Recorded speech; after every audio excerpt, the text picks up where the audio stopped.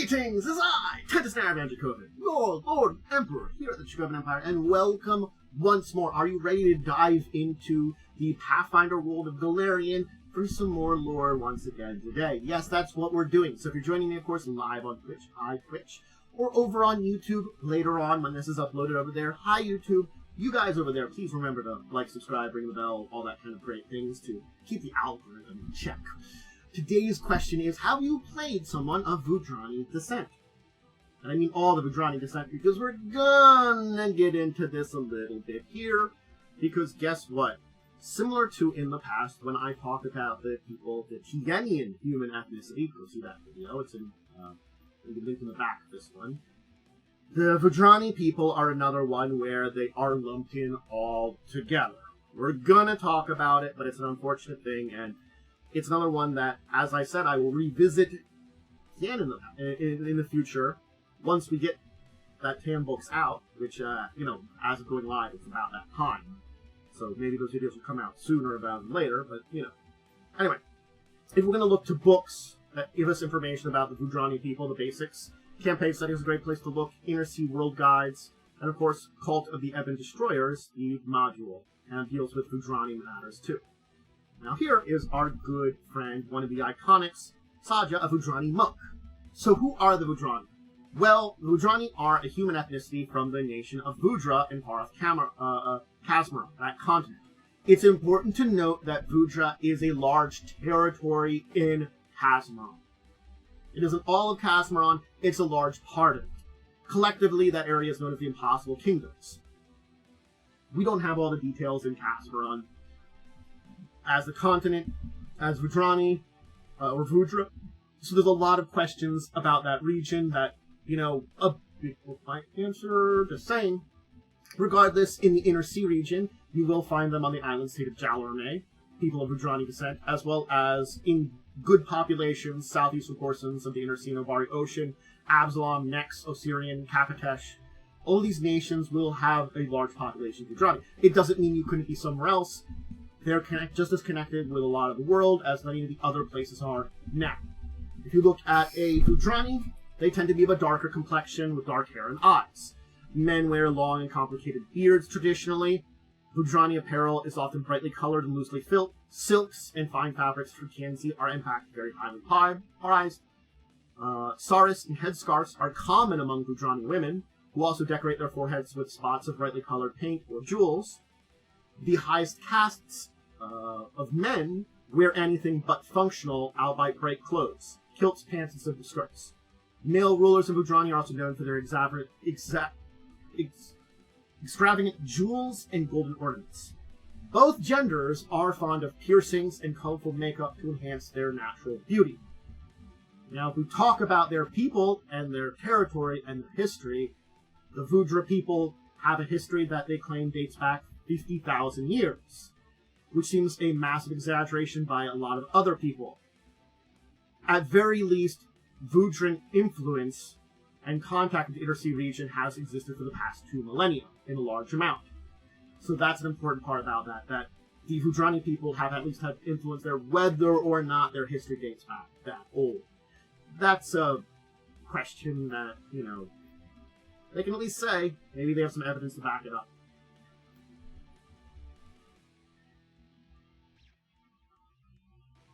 Let's talk about the culture, because this is going to be the general culture of the entire region. As I said, it's one of those situations where sometimes we can ethnically break down some of these cultures into subcultures, like the Tienian people. Other times it's not as easy with some of these. The Vudrani are a people that we can break down. We're not doing that for a moment. We're talking about the general culture of all of them. They believe personal betterment and enlightenment within strict confines of their culture.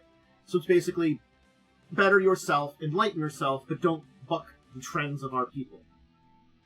They also do have a reputation for being consummate exaggerators and embellishers.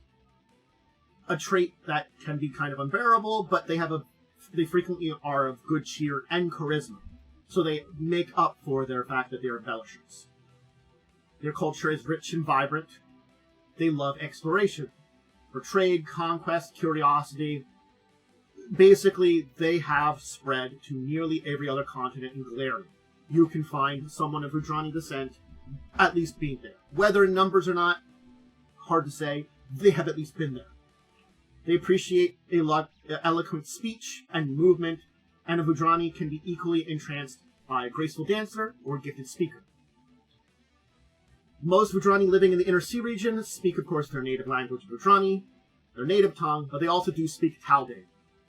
Common first names for women are Abha, Nanya, Osachi. Popular male first names are Bala, Krama, and Yantur. Now, big thing about Vudrani society is they have a caste system, which an individual is assigned a profession at birth that defines their role in society and reflects good or bad deeds from their past lives. Higher castes are believed to obtain their position through a purity in previous lives that brought them closer to Nirvana, while people in lower class are believed to have just earned the right to be born as humans. Most Vudrani think it improper to work a profession outside one's caste, an attitude that relaxes somewhat after a few generations of living outside of Vudra or Jalurme. So, if you are of a Vudrani people that has been living outside of the region, you're probably a little bit more relaxed about that. Some of the castes most seen in the Inner Sea region are the warrior castes, I'm going to probably butcher this, Pada Prajnas, the merchant class, Keza Vaz Restins, the explorers, Atana Pratas. The two highest higher castes are the Raj and Brudahara castes. Lower in class include farmers, also exist and are confined to separate districts and Vudra settlements because of their impurity. Lower class, including farmers, are kind of impure then. Caste is often linked to skin tone, and lighter tan skin color being associated with higher castes and darker with lower castes, though very lightly skinned persons are seen as uglier than very dark people. So it's one of those things is, it does tend to have a little bit of interesting idea there that they associate in their people. If you're a little lighter, you're higher caste than if you're a little darker, but don't be too light because that's ugly. Really, being really dark is very beautiful. Interesting juxtaposition between them. They're seen in the different hoods. For religion, the Vudrani are devout people, and their homeland worship an array of gods of the Vudran pantheon. If you live in the those that live in the Inner Sea have no trouble adopting local gods, including Iori, who originally came from Vudra, or continuing to worship their own diverse pantheon. Most see very little reason to proselytize. I'm going to butcher this one also. Asadeva Hujila is the most important text for understanding the complex Vudrani faith, along with the Mizravita Brahmodia, a world history told by the sage Balazasdrin,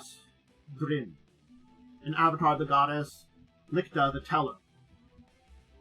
The Vrigranhin Tikraka is a collection of questions and answers designed to direct the reader to make life choices to lead him towards nirvana.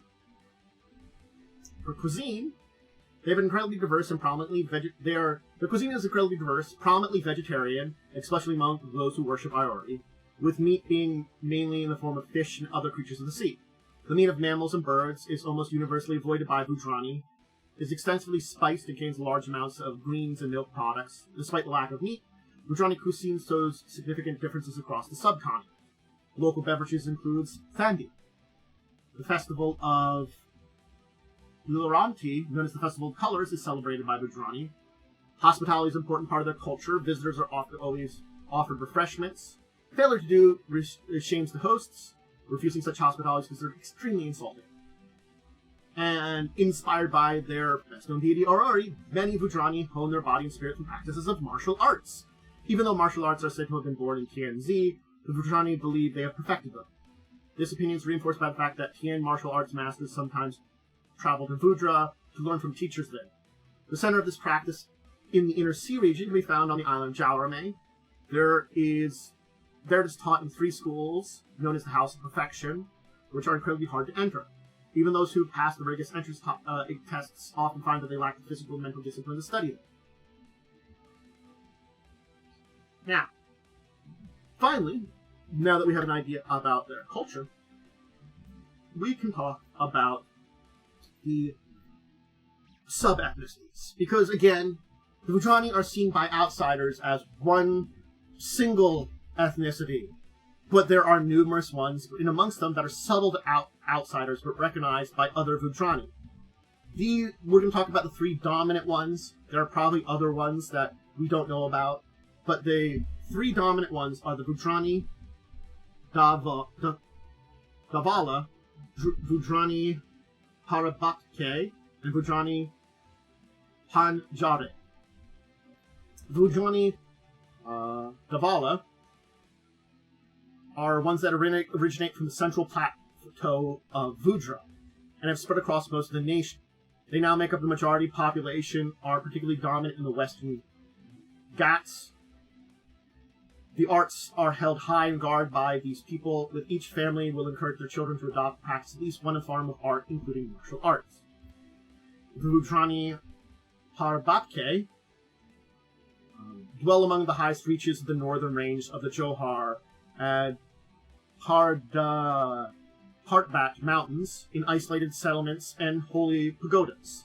Stockier and lighter in skin color than typical Vudrani, they are viewed as somewhat aloof but also more pragmatic due to the harshness of life in the high mountains. The Vudrani Panjare dwell in the harsh desert of Narhari and are strongly equestrian culture, relying on horses to navigate the wastes. They're of a darker skin complexion than a typical Vudrani. Their culture is much more family-focused and fiercely independent. They pledge allegiance to no Mahajanpada. They're known for their love of jewelry and taste for the most extravagant of Vudran fashion. And those are the 3 most dominant of the sub-ethnicities. But again, I really would like for us to have a big old book of Casmaron or Vudra, and maybe give us a lot more about the other sub-ethnicities. I would love to learn about them, and maybe even get some more details on all these 3 that I could maybe do a video each of them at some point in the future. I'm just saying, Paizo, got a lot of cool ideas. Hint, hint, maybe next year, a couple years from now. But that is our basic introduction to the Vudrani people. And similar to the Itanian people, I did want to do this video because they are a very large ethnicity. Granted, again, there are a lot of smaller ethnicities within them, and maybe deserve their own light at some point in the future, but since we haven't got that, we just have to kind of go by what is within the Vudran country in that region then, too, to kind of get it. And yes, it's not all of Casmaron. There's plenty of that continent even to explore beyond them, but they are a big chunk of it, and a big important part of it. And so they are an important people to talk about. And a very interesting people to talk about with their caste system that really reflects the Vudran nation more than anything. And certainly speaking, getting beyond that region, they do relax a little bit. But, you know, also learning about another pantheon like the Vudran pantheon would be a very interesting thing to dive into at some point in time in the future. There's not a lot of information also on them, unfortunately, outside of Yori, you know, so, hey, at least one of their pantheon basically became global. We'll leave it there today. I hope you enjoyed learning about this human ethnicity on Golarion. They are another interesting one. It's one of those things that each human ethnicity you talk about introduces a new region, and certainly speaking, a lot of Golarion can, to a degree, mimic some of what our world is, but I like the fact that it's familiar yet different in a lot of times, and once again, the Vudrani people are like that.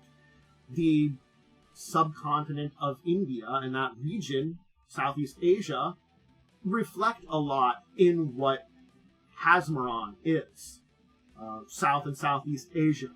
So certainly speaking, when you talk like that, you can see that there isn't a similarity there, but they are their own thing, just like all the other places that have a little bit of similarity to cultures that we would recognize, are still their own thing, unique, different, because they've had a different history and evolved in different ways.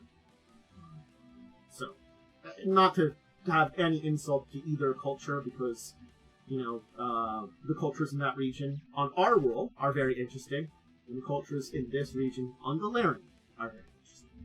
So, yeah. I hope you all enjoyed, though. If you want to see more videos like this, I do them live on Twitch on Tuesdays, Thursdays, Fridays, usually mid to early afternoon, or early to mid-afternoon. Saturdays and backup day if I miss any of those days. They all go up on YouTube later on, so if you miss me live, you can still catch it over there. Probably most of you are over on YouTube. Wednesdays, 9 p.m. EST. That's Crimson Queen. I'm playing Pathfinder 1st Edition.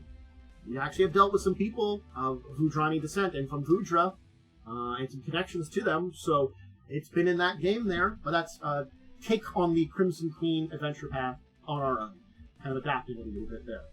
So if you've played that, you know the plot of it. It's very fun. I recommend checking it out, whether live or later on. Discussing tabletop at Saturdays at 6.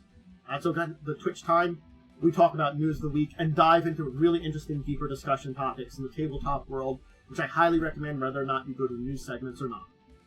And yeah, that'll be it. I have social media linked below if you just want to check out my going live schedules, random thoughts sometimes, and cat pics. I do take a bunch of pictures of my cats. And yeah, we'll leave it there. And until the next time we talk about Pathfinder, tabletop, anything in the future, I bid all of you a deep and wonderful farewell.